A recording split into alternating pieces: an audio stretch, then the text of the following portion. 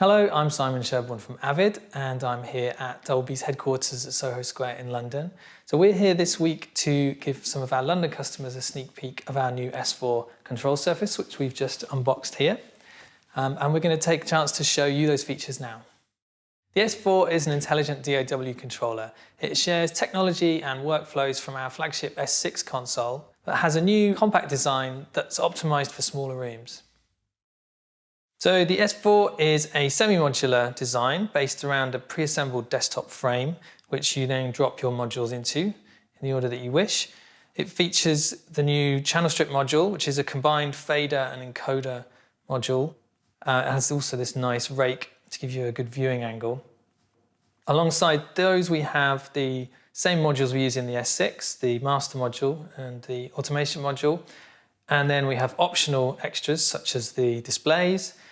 We have an area here that we could leave blank, but we've put in some extras like this knob module, which we're using for plug-in control. We've got a dedicated joystick panel here for surround sound and Dolby Atmos mixing.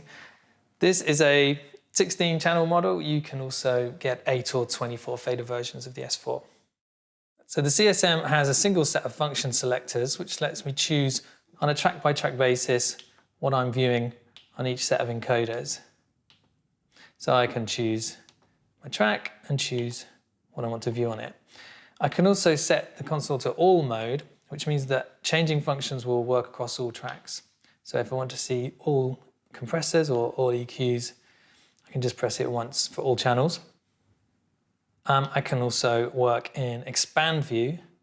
So this lets me take over the whole section for a single track. So if I focus this track and choose EQ, now I'm looking at the entire set of EQ controls just for this track. So you can see this new design lets me get to everything I need to very quickly when I'm mixing all in one place. Let's have a closer look at the master and options section over on the right here. Just like the S6, the main touchscreen gives me the tracks view, which I can use for session navigation. It gives me the home screen, which lets me focus on a single track. And it gives me a monitoring control page, which is remote controlling my matrix audio interface. The S4 comes in 3, 4 or 5 foot versions, leaving space for optional extras. So over here on the right, I've got an extra bank of encoders, which make up my expand or on attention zone. I've set this up to show the EQ on whichever track I have currently selected. Or if I choose a track that doesn't have an EQ, it's going to show me other plugins like this reverb. At the top of the section here, I have an extra display where I can keep my master meters and final mix tracks, etc.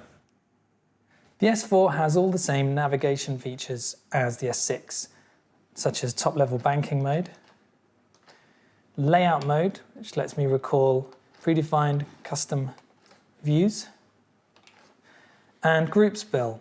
So here I can bring up my group masters onto the desk and I can define different zones. So let's bring up my group masters to this right-hand zone. So this is now my 4 groups: voiceover, sync dialogue, sync effects and effects. So these are my master controls, and I can actually spill out the members of these groups. So now I see all the members of that group over in this left-hand zone. I can come back and I can go to other groups. So I can reach the whole of a really big session with a relatively small number of faders. So that's our first look at the new Avid S4 console. For more information, visit avid.com/S4.